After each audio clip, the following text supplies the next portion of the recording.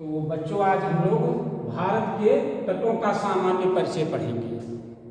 मतलब भारत के तटों के बारे में देखेंगे, कौन कौन सा तट है, कहाँ स्थित है, और इन तटों की जरूरत हम देखेंगे कि जब हम वर्षा के बारे में आपको बताएंगे कि इस तट से होते हुए मानसून यहाँ आता है, तो इस प्रकार से देखेंगे हम तटों के बारे में जानेंगे। ये पौने इस तट को पार करते हुए इस प्रदेश में प्रवेश करती हैं, तो हमें तटों का पहले हम देखते हैं कि पश्चिमी क्षेत्र में देखते हैं कि कितने तट आते हैं, उसके बाद हम देखते हैं पूर्वी तट भाग में कितने तट आते हैं। तो हम सामान्य रूप से तटों का अध्ययन करेंगे। हम देखेंगे कि समुद्र तटीय स्थान गुजरात से प्रारंभ होता है। गुजरात से हम देखेंगे, गुजरात में पहले देखेंगे कि हम कठियावाड़ तट, यहाँ देखते हैं कि कच्छ से लेके आप देखेंगे खंभात की खाड़ी तक कठियावाड़ तट, उसके बाद आप देखते हैं कोकण तट, महाराष्ट्र से लेके गोवा तक कोकण तट। उसके बाद आप बीच में देखते हैं कि कर्नाटक के पास में कोनार तट,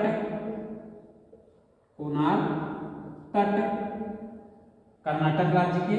उसके बाद हम देखते हैं कर्नाटक से प्रारंभ होकर केरल तक हम देखते हैं कि मालाबार तट।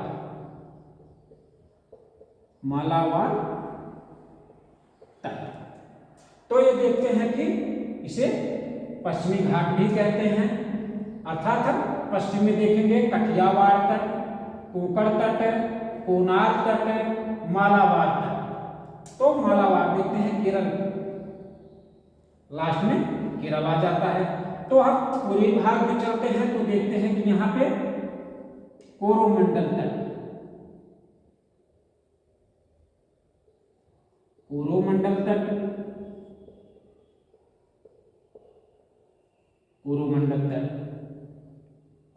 तट तमिलनाडु राज्य में, आंध्र प्रदेश तक। उसके बाद देखते हैं आंध्र प्रदेश से उत्तरी सरकार तट का प्रारंभ हो जाता है और ये पश्चिम बंगाल तक जाता है। वहीं हम देखते हैं कि बीच में उड़ीसा के पास में दीघा तट पाया जाता है। तो इस प्रकार से देखते हैं कि हम तटों के बारे में पूर्व में देखते हैं, भारत के पूर्वी तटीय भागों में देखते हैं कोरोमंडल तट, उत्तरी सरकार तट और दीघा तट आता है। उड़ीसा के पास में पाया जाता है, छोटा तट है, इसे दीघा तट के नाम से जाना जाता है। तो इस प्रकार से देखते हैं ये तट है। इसके बाद हम देखते हैं कि भारत में कर्क रेखा, अर्थात जिसे 23.5 उत्तरी अक्षांश रेखा के नाम से जानते हैं, किन किन राज्यों से होकर गुजरती है। तो हम देखते हैं कि ये भारत के 8 राज्यों से होकर गुजरती है। क्रम वाइज आप लोग नोट करते चलिए। पहला देखते हैं गुजरात राज्य, गुजरात है। दूसरा राजस्थान है। तीसरा देखेंगे मध्य प्रदेश, फिर देखेंगे छत्तीसगढ़, झारखंड, पश्चिम बंगाल, और यहाँ देखेंगे कि बांग्लादेश को पार करते हुए त्रिपुरा और मिजोरम से आगे निकल जाती है। तो अर्थात देखते हैं कि भारत में 8 राज्यों से होकर कर्क रेखा गुजरती है, और कर्क रेखा देखते हैं कि भारत को 2 बराबर भागों में विभाजित करती है, अर्थात बीचों बीच ये रेखा गुजरती है। तो इस प्रकार से देखते हैं कि ये भारत की कर्क रेखा 2 बराबर भागों में बांटे। और वहीं देखेंगे कि हम भारत की मानक समय रेखा का मतलब इसी से हम देखते हैं कि भारत में समय का निर्धारण किया गया है, कहाँ पर कितना बजेगा।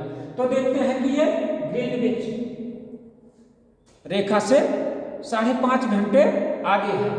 तो आप देखेंगे ये 82.5 पूर्वी देशांतर, अर्थात हम देखते हैं कि इलाहाबाद के नैनी से होके गुजरती है, हमारे उत्तर प्रदेश के इलाहाबाद नैनी से होके गुजरती है, और ये 5 राज्यों से होके जाती है। इसमें देखते हैं यहाँ से प्रारंभ होती है, तो आप देखेंगे कि यहाँ से प्रारंभ होके उत्तर प्रदेश राज्य, फिर देखते हैं मध्य प्रदेश, फिर देखते हैं छत्तीसगढ़, फिर देखते हैं उड़ीसा राज्य। उसके बाद आंध्र प्रदेश होते हुए ये देखते हैं कि बंगाल की खाड़ी में प्रवेश करते हुए आगे बढ़ जाते हैं। तो इस प्रकार से देखते हैं कि भारत की मानक समय रेखा 5 राज्यों से होके गुजरती है। वहीं हम देखेंगे कि भारत का उत्तरी बिंदु हमने देखा, उत्तर में देखते हैं लेह जिला, लेह जनपद में, अर्थात लद्दाख में देखते हैं कि लेह उत्तरी भाग, जिसे हम इंदिरा कॉल के नाम से जानते हैं, इंदिरा कॉल। और भारत का दक्षिणी बिंदु जो है इंदिरा पॉइंट है, जिसे हम पिग्मेलियन पॉइंट, पार्सन पॉइंट के नाम से भी जानते हैं। तो इसका विस्तार देखते हैं 37 डिग्री 6 मिनट तक है, अर्थात देखते हैं भारत की मुख्य भूमि का विस्तार 8 डिग्री 4 मिनट से 37 डिग्री 6 मिनट तक है। वहीं देखते हैं कि पूर्व और पश्चिम इसका विस्तार, पश्चिम में देखते हैं कि अर्थात देशांतरीय विस्तार इसका देखते हैं 68 डिग्री 7 मिनट पूर्वी देशांतर से 97 डिग्री 25 मिनट पूर्वी देशांतर तक, अर्थात तिब्बत अरुणाचल प्रदेश राज्य में किबुथु नामक स्थान स्थित है। तो इस प्रकार से देखते हैं कि ये पाया जाता है। यही हमने तटों के बारे में देखा। तो एक बार आता है कोरोमंडल तट पे शीत ऋतु में वर्षा होती है। शीत ऋतु में हम देखेंगे कि जब लौटता हुआ मानसून है, मानसून लौट रहा है, अर्थात जब वर्षा ऋतु खत्म हो जाती है तो लौटते हुए मानसून से कोरोमंडल तट पे वर्षा होती है। तो देखते हैं कि मानसून लौट रहा है। जब ये बंगाल की खाड़ी में प्रवेश कर जाता है तो बंगाल की खाड़ी में ये वाष्प अर्थात नमी धारण कर लेता है और देखते हैं कि कोरोमंडल तट पे पहुंच के वर्षा करता है। तो भारत में कोरोमंडल तट में देखते हैं कि शीत ऋतु में वर्षा होती है। तो इस प्रकार से हम देखते हैं कि हमने सामान्य तटों के बारे में देखा, पूर्व में कितने तट आते हैं, पश्चिम में कितने तट हैं।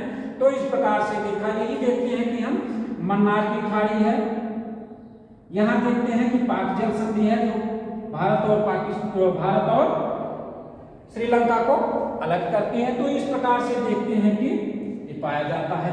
उसके बाद हम देखेंगे कि भारत के राज्यों के बारे में क्रमवाइज वर्णन करेंगे और संपूर्ण भारत का क्षेत्रफल हम देखेंगे।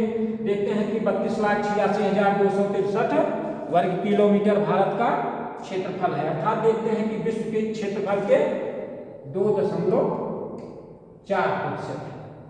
यहाँ देखते हैं कि विश्व की 17.5% जनसंख्या निवास करती है। तो इस प्रकार से हमने भारत के सामान्य तटों के बारे में जाना। राज्यों के बारे में हम देखेंगे कि अगले अध्ययन करेंगे अगले वीडियो में।